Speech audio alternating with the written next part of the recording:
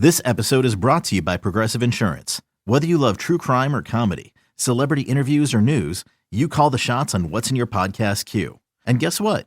Now you can call them on your auto insurance too with the Name Your Price tool from Progressive. It works just the way it sounds. You tell Progressive how much you want to pay for car insurance, and they'll show you coverage options that fit your budget. Get your quote today at Progressive.com to join the over 28 million drivers who trust Progressive. Progressive Casualty Insurance Company and Affiliates. Price and coverage match limited by state law. This podcast is intended for mature audiences only. This episode includes discussion of suicide. If you or someone you know is in crisis, there are options available to help you cope. You can call the Suicide Prevention Lifeline at any time to speak with someone and get confidential support. The number is 1-800-273-TALK. That's 1-800-273-8255. This is a Vault Studios production.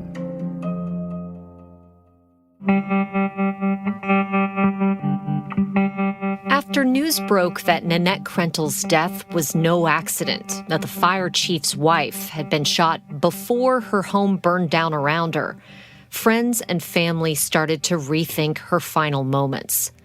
If Nanette didn't die in the fire, then when exactly was she shot? That afternoon? That morning? Was it even the same day?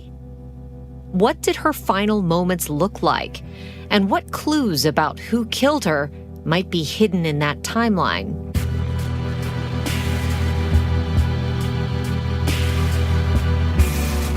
For Vault Studios and WWL-TV, I'm Katie Moore. This is Beyond Bardstown, Lacombe.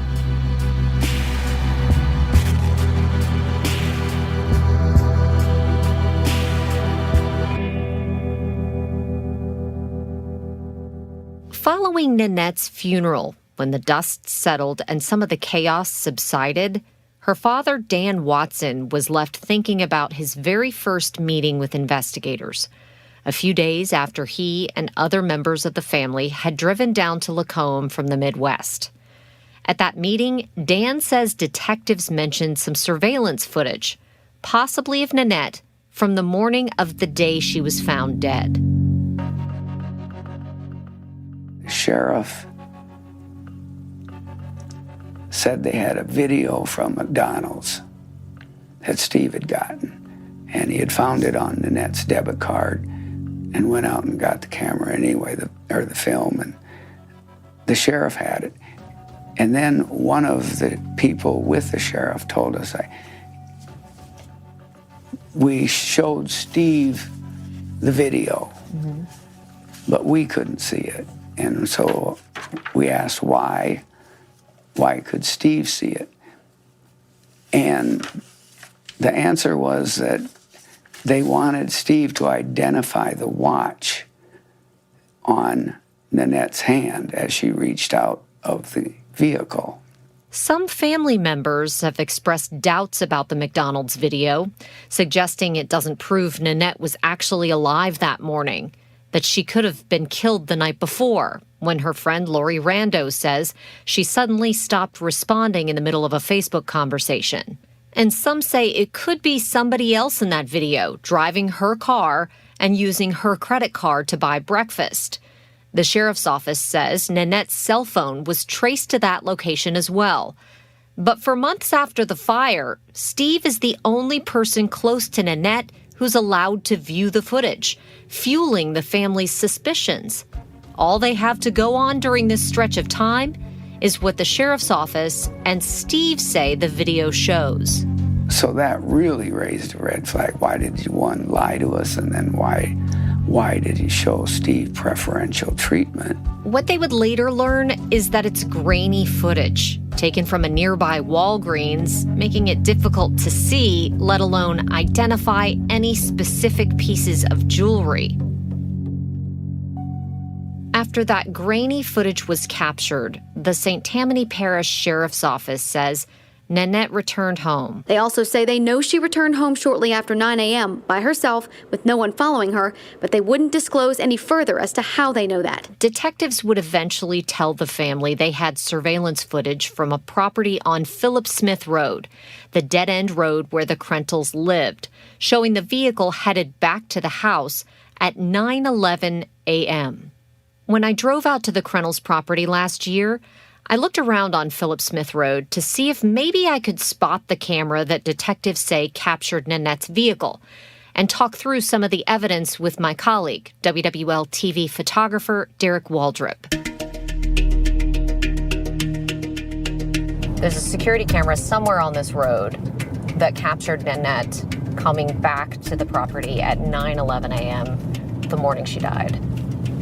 I think that camera is on a business or is on somebody else's house. And it sounds like that camera was motion activated. So it would only go off whenever it sensed something was moving around it, which makes me think it's on somebody's house. Apparently there's a tree branch that's in the path of the motion sensor. And so that camera regularly goes off, but only records portions of things happening because it only records for a certain period of time. So they did get one little bit of video of Nanette coming home. I don't believe investigators have video of her leaving for McDonald's that morning. In that video, they said no one pulled in the road behind her. Perhaps not too surprisingly, the security camera we're looking for isn't in plain view, at least not as far as we can tell. So after driving up and down Philip Smith Road, we decide to backtrack, heading toward the second-to-last place investigators say Nanette's vehicle was spotted. That McDonald's in the city of Slidell, about a 15 or 20-minute drive from the Krentel residence. And again, as we're driving the route investigators suggest Nanette would have driven, we walk through the timeline and some of the evidence they've put forward. The sheriff's office has grainy video from a nearby Walgreens of Nanette's car, at least that's what they believe is Nanette's car, ordering at the drive-thru at McDonald's. The sheriff has refused to release that to the media to let other people see it, to see if it would generate any leads, which is one of the frustrations of the family. In that video, it's grainy, it's unclear who it is in the car. So it could have been someone else in Nanette's car using Nanette's credit card. And some of the family members speculate that she may have been killed the night before and that somebody else took her car to McDonald's. Now, others, including the sheriff and his detectives, the sheriff's detectives said that this was something that Nanette regularly ordered, that she would regularly order an egg white sandwich from McDonald's. So it was a common order for Nanette. It wasn't something that was unusual for her to buy, which makes the sheriff's office believe that it was, in fact, Nanette in that car and that she was alive the day of the fire.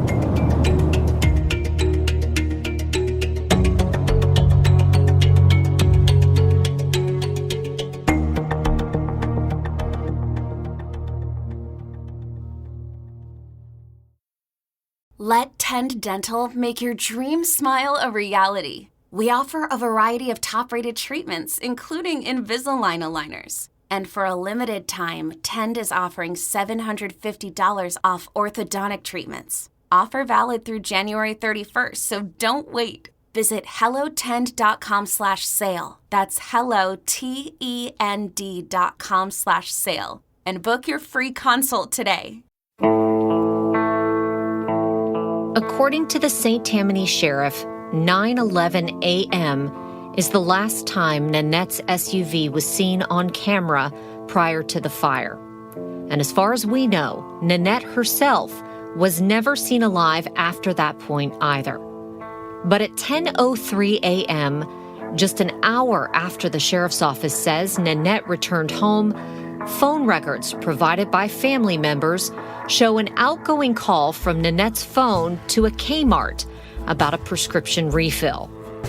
Investigators say there's only one other call after that, an outgoing call to a local number, sometime around 1:30 p.m. Detectives have since told the family they've been in touch with the individual that local number belongs to. Roughly an hour before the 911 call was the last phone call from her phone. And it was to an individual, local individual, who I sat down with and spoke to. The call went unanswered, and detectives say Nanette did not leave a voicemail. It was, as far as they can tell, a misdial. And she says it has to be a misdial. I don't know Nan, never known Nan, didn't know Steve, didn't know anybody. Whatever the case, it's only about an hour later, at 2:30 p.m., that a neighbor's child notices smoke coming from the property while out riding a bike and calls 911. That's when Steve Krentel is dispatched to the scene and picked up on that tattletale camera footage inside of his department vehicle. Throughout the morning and early afternoon, before he was dispatched to his own home, Steve went into work, had lunch at an Outback steakhouse, and then returned to the fire department. All of it amounts to an alibi the sheriff's office says checks out, one that's backed up by witness accounts and location data from his cell phone. And what about those family members Nanette said she was afraid of? Well, investigators say her son-in-law, Justin, was out of state, and that Steve's brother, Brian Krentel, had a solid alibi, too. Throughout the day of the fire, Brian was captured on surveillance cameras at his mother's home in the neighboring city of Mandeville, at least according to the timestamps on the footage. Dan Watson says Steve had installed those cameras himself after Brian moved in, out of a concern for his parents' safety. That detail, that Steve was the one who installed the cameras, is something that would stick with some of Nanette's family members in the months and years to come.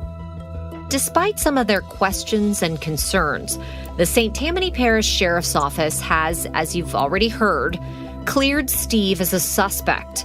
And the family says they were told Brian was cleared as well, but we have never heard that officially from law enforcement.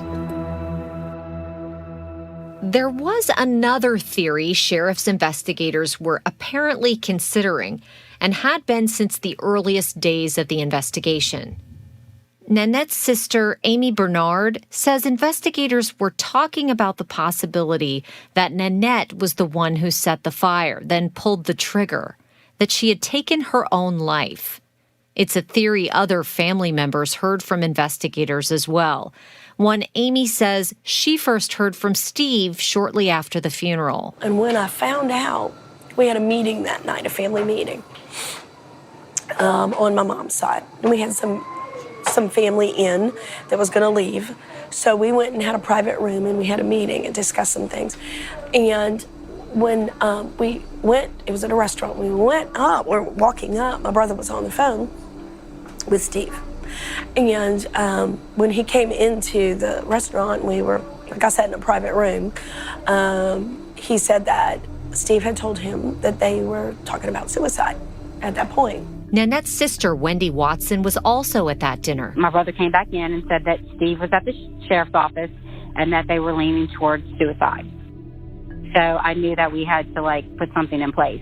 So I called Nan's dad and was like, we need to do something because there's no way. And he agreed with me. He said, Nan would have never done that. And I said, I know she wouldn't have done that. So I said, how do they know that? And with a week into this and not talking to any of us that were at the scene. Or anybody, it was just a week into it. So I didn't know if he was mistaken or what have you. And then all of this started spiraling and we were still never called in. Amy says instead of waiting any longer for investigators to interview them, she and some of the other family members finally just asked to go in and share what information they had. This was also one of their first chances to ask some of their burning questions about how the investigation had been handled up to this point. And as time would tell, it's one of the few opportunities they would ever have to ask investigators questions face to face. So we asked to go in about a month later. And I thought we would talk to the sheriff, but we didn't. We would talk there was a major that we talked to. Amy says she asked specifically about the scene being released so quickly after the fire. I asked him why the scene was let go, because I found out at the family meeting that it had been let go within hours, of the fire.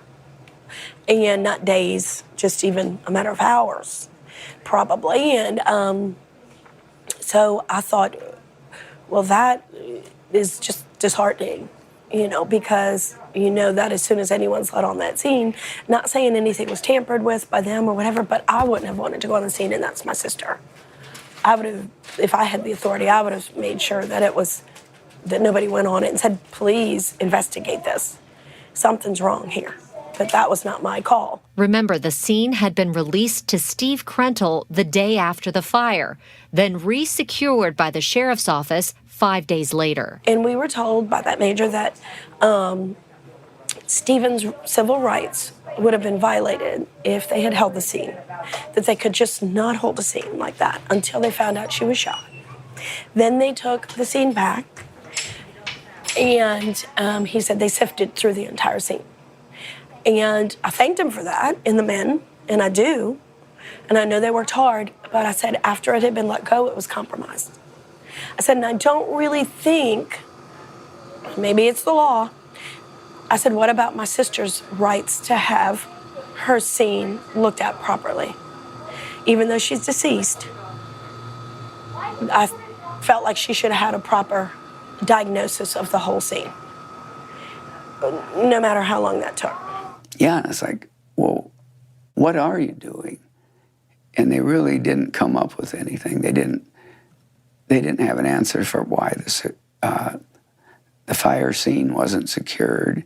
They were claimed to be in some kind of dispute with the fire marshal over who had responsibility to do what, when.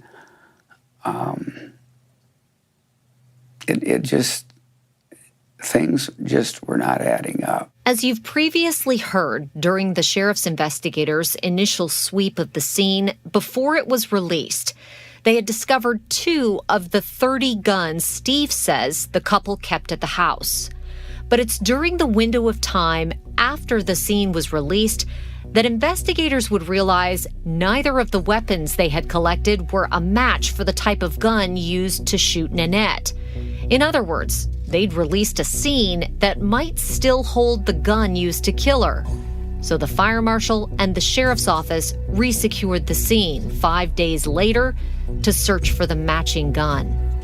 And only then did they find Nanette's .40 caliber Springfield handgun, which Nanette's sister Kim Watson says Nanette would regularly carry in her purse. I don't think she ever, in her mind, thought someone might try to kill me, because she had her Springfield in her purse. That was when her and Steve both got matching. And so she told Dad, this one goes with me always. I'm always safe. Detectives have told the family the Springfield cannot be ruled out as the gun used to kill her. But that's about as much information as they've been willing to give about the weapon. That brings us back to the gunshot wound itself.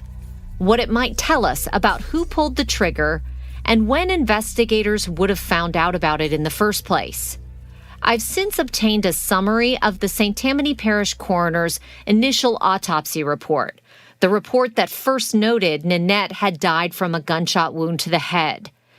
Importantly, this report lists the manner of death as a homicide. Something else that sticks out about this summary is the date and time, July 15th, 2017, at 9 a.m., the morning after Nanette was found dead. You don't want to spend a lot of time, disturbing the remains. Mm-hmm. You want to basically get those in the hands of a professional as quickly as you can. I asked Doug Johnson, a longtime homicide investigator who would end up looking into this case later on, at what point the pathologist conducting the autopsy would have been likely to discover the gunshot wound. And they would have found that at autopsy. Usually one of the first things they do is x-ray. If that's the case, The coroner and the sheriff's office would have known about the gunshot wound shortly after the autopsy began on the morning of the 15th, a full 6 days before the family would hear about it. Dan Watson says they didn't mention anything about a gunshot wound when he went to the coroner's office in person the Monday after the fire to provide a DNA sample, 2 days after that initial autopsy. No, they gave no information. Because the autopsy was done Saturday morning. Yes. So they clearly knew that she had died of a gunshot wound. Yes. And they said nothing about it. Nothing. What do you think about that? Well, I thought it was suspicious because, and of course, I'm comparing it to the way things are handled here. Mm-hmm. It would have been on the news by that time. The family would have been notified, and then it would have hit the news media. That's the way it's handled here. I asked Doug Johnson if it's typical for information like that to be kept from the family for up to a week. Well, it depends. There are certain aspects of investigations you don't want to release. You don't want it out in the public. So some of that may be guarded. The other side of that is complete disclosure with the family. How much did you tell somebody? And it kind of revolves around when they quit asking questions. When they get to the point where they know enough. Mm-hmm. And, you know, some people want to know more, right. Some want to know less. And I think a situation like this, perhaps not get into detail, but, and again, I don't know their departmental policies or their procedure, but if that was a situation up here, we would probably inform the family that victim of a homicide. I would think that's a pretty key detail that the family would want to know. Well, we just I'd start off with, we have reason to believe that basically someone took her life or that this was a result of a homicide. And that may facilitate more conversation, and you may not want to answer all the questions because you don't want everything out there. Right. But I think most people also understand that. Dan says it wasn't just the coroner the family met with during this window of time between the fire and the memorial service. Set up a meeting with the coroner, the sheriff's department, and the fire marshal. Did you meet with all of those people before the memorial service? Yes. And none of them mentioned the gunshot wound? No, none of them mentioned it. Again, it's right after they learn about the gunshot wound that the family says they got wind investigators were, in Dan's words, pushing suicide. Amy says when she visited the sheriff's office in person about a month after the fire, they went so far as to tell her they were close to wrapping things up. That they were pretty close to wrapping things up. And that we may not like their answer. Didn't say what that would be. But that we were welcome to challenge it in whatever capacity that meant. But that no one's ever challenged the sheriff's office and turned over their findings and proved them. And what did that say to you that they were thinking? I was thinking that this was way too soon, after especially not talking to any of us at the scene, to make that decision. And that things just were not adding up.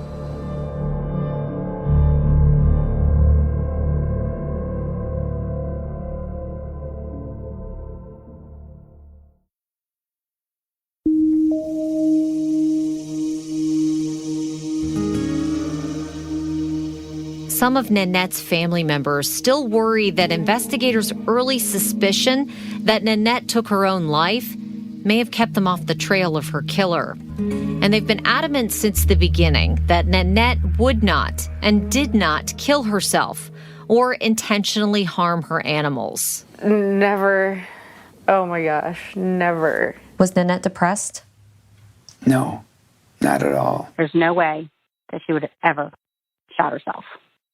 I said, I'll put my hand on the Bible. I know her like the back of my hand, and I know that she would never shoot herself. And she would have never left us on this earth to have to wonder and have to suffer like this ever.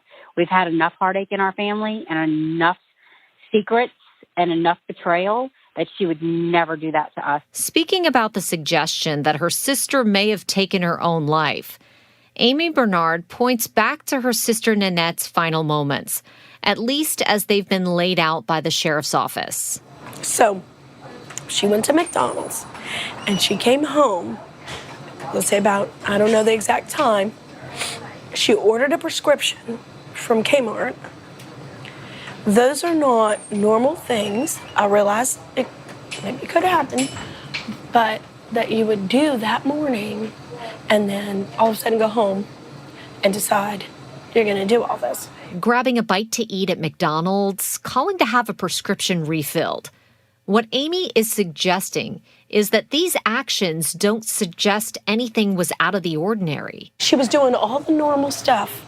I told him early on, I think she got home, could be totally wrong, but someone on that property ambushed her and was waiting for her because it was a normal thing she did. WWL-TV has since learned from sources close to the investigation that 5 high-ranking members of the sheriff's office went so far as to meet with St. Tammany coroner Charles Preston in the weeks after Nanette's murder to make their case that Nanette killed herself, even though Preston's office had already made its initial determination that Nanette's manner of death was homicide. The sheriff himself was pushing suicide. To you directly? Did Sheriff Smith directly insinuate to you that he thought yes, this was a suicide, that Nanette had killed herself? To myself, Randy and Kim were also there, but we all three heard him say suicide. But Dan says he didn't give a solid reason about why he thought this was a suicide. The coroner and the sheriff have both defended their office's work on the case, and both would later make public statements to that effect. Statements we'll be able to share with more context later on. For now, when the Watsons return home to Iowa from Louisiana, they see a need to seek out every avenue available to them, even contacting the office of one of their U.S. senators, Chuck Grassley, at the time chair of the Senate Judiciary Committee. And so we called him figuring, I don't trust anybody down there in position,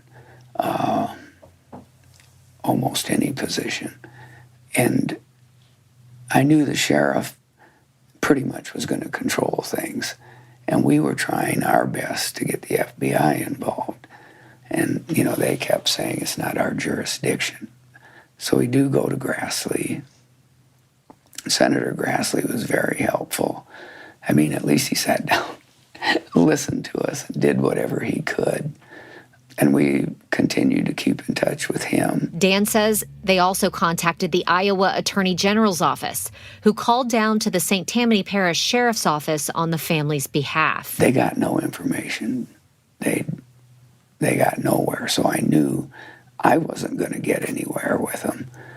They assigned us a family representative who worked with families of murder victims. Mm-hmm. And he's a retired sergeant in the local police force. And he called down there. And Mark is very outspoken and aggressive. And he basically talked to them for quite a while, telling them what to do, and they didn't listen to him either. I wasn't real sure what we were going to do at that point until we had heard that the sheriff was going to call it suicide. Fearing that a declaration of suicide by the sheriff's office would allow for Nanette to be cremated, the Watsons hire an attorney to get a court order to preserve her remains. That's when Randy and I were scrambling around trying to get a copy of the court order because they had texted us saying they were getting no cooperation. They couldn't see the remains. They couldn't see anything. The St. Tammany Parish coroner would later say that was unnecessary and that Steve Krentel, the legal next of kin, had agreed to further examination of her remains. But whatever the case, this paved the way for another autopsy. one conducted by a pathologist the Watsons would hire. Wake up.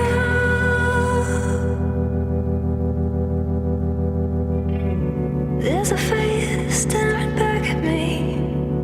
Next time on Beyond Bardstown, Lacombe. Think of like 6 blind men and an elephant. You know, if you don't see everything, you get a wrong impression. So, you know, the 6 blind men with the elephant, one thought it's a tree, one thought it's a snake, one thinks it's a rope, one thought it was a wall. If you can see everything, you get a much more complete picture. That would involve in seeing everything that had been done so far. When you do an autopsy, you should document things. Doing a second autopsy at that point, much had been changed and lost.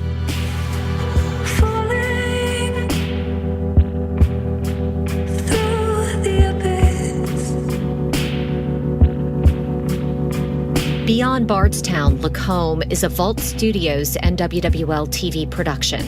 You can learn more about our podcasts, including The Daily Crime and True Crime Chronicles at vaultstudios.com. Special thanks to WWL TV News Director Keith Esperos and visual journalist Derek Waldrop. Vault Studios executive producers are Brian Weiss and Will Johnson. Reed Redmond is our writer and producer. Richard Humphreys at Tacoma Media in Silver Spring, Maryland, mixes and edits the show. If you or someone you know is in crisis, there are options available to help you cope. You can call the Suicide Prevention Lifeline at any time to speak with someone and get support. For confidential support available 24/7 for everyone in the United States, call 1-800-273-TALK. That's 1-800-273-8255. For Vault Studios, I'm Katie Moore.